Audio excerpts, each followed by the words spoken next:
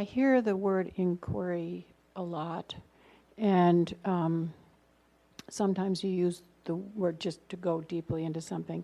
I don't really understand the process, and if it's, a specific thing, is there different ways of doing it or whatever? Okay.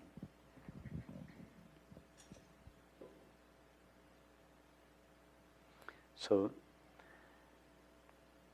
let's say you're unhappy, and on the face of it, your unhappiness is caused by a particular relationship. So, the suggestion here is, I'm not implying that one shouldn't attend to a relationship, of course, but the suggestion here is that the primary response to that feeling of happiness that feeling of unhappiness would not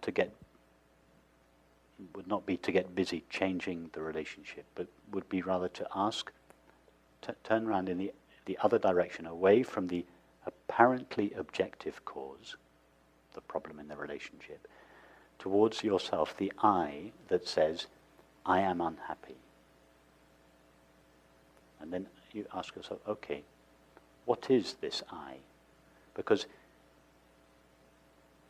the unhappiness that I feel has not just been caused by this relationship. I've also felt exactly the same unhappiness at other times in my life for completely different reasons. In fact, whenever I've felt unhappy, it's always the same feeling, but it seems to have numerous different causes. Well, obviously, if it's caused by lots of different things, no single thing can be the cause of that unhappiness. So that should be enough to make us question the one that is unhappy. Because that is the one that is always the same in each of these experiences. The outward cause changes all the time, but the I that is unhappy is always the same I. So you ask yourself, okay, well, what am I? Who is this I that is unhappy? And then you start to look for what it is in yourself that is referred to by the word I. So do that now. You use the word I many times a day, both in your thoughts and in your speech. So what do you refer to when you say I? This person. Okay, yes, but can you be more specific if you were to describe the person?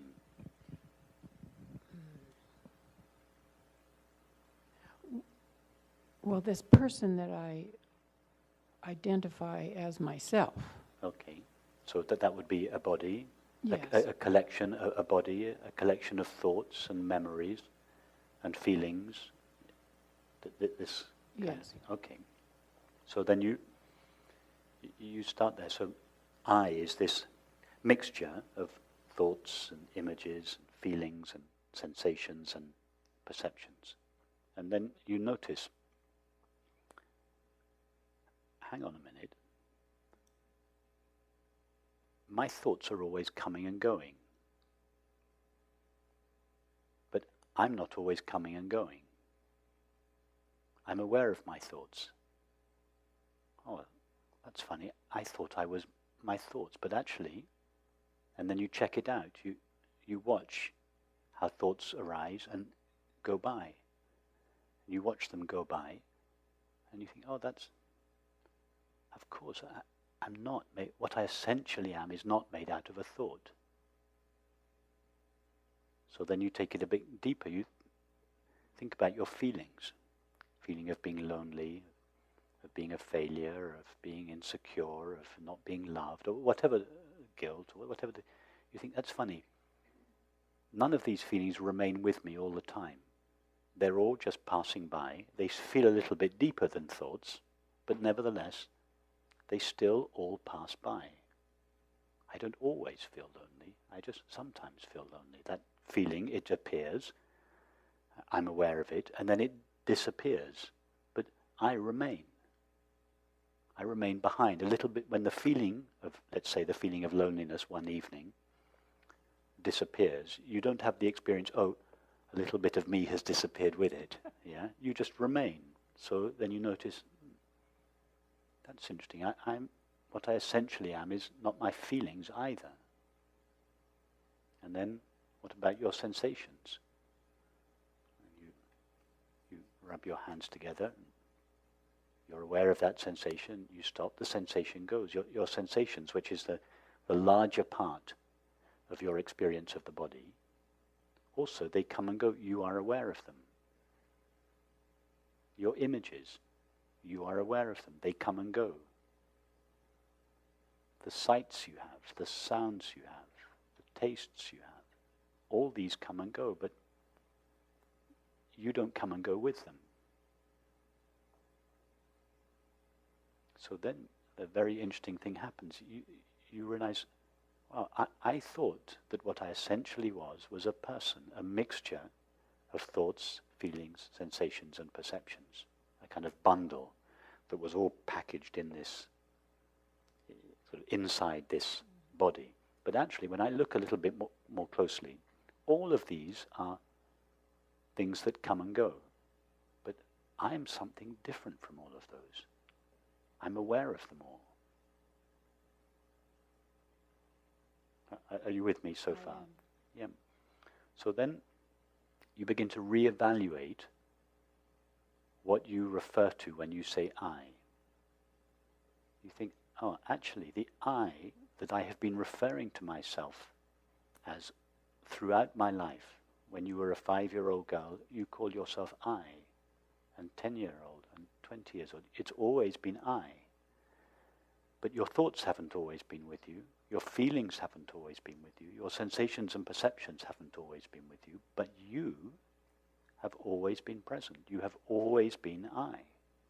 The only thing that has never left you, that has never been parted from you, or that you have never ceased to be, is simply this awareness, or consciousness, that is aware of the person, the mind, feelings, thoughts, feelings, sensations, and also aware of the world. So then when you look back on your unhappiness, you think, well, what is the experience of unhappiness? It's a collection of feelings and thoughts. I'm aware of those feelings and thoughts. They're not always there. They don't go into the make of me. They pass through me or pass by me. In other words, it's not I that is unhappy. I is this perfectly peaceful background of awareness through which these flow of thoughts and feelings and sensations and perceptions pass. So then we begin to get interested. Wow, I didn't realize I was that. All my life, I've just mistaken myself for a cluster of passing thoughts and feelings, and I've lived my life as if I was that. I've related to other people as if I was that.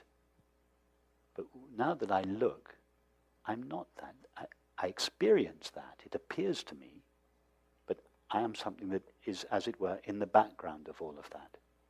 So then we really become interested. Wow, what is that? I hadn't noticed before. What is this aware presence that I always am, that knows my experience, but that is not itself made out of an experience, that is not itself made out of a thought, a feeling, a sensation, or a perception. So we begin to give this aware being that we have now discovered ourselves to be, we give it our attention. We begin to be less interested in the thoughts and the feelings, and we become more interested in the one that is aware of them. Now, you might ask, well, who is aware of that?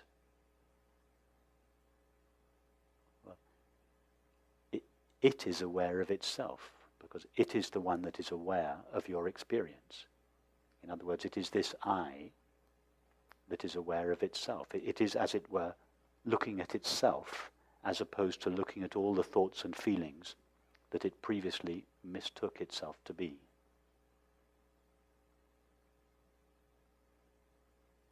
And if you do that, and then you remember your unhappiness again, and you turn around and you look at, where is that unhappiness now? Where's it gone? Try it.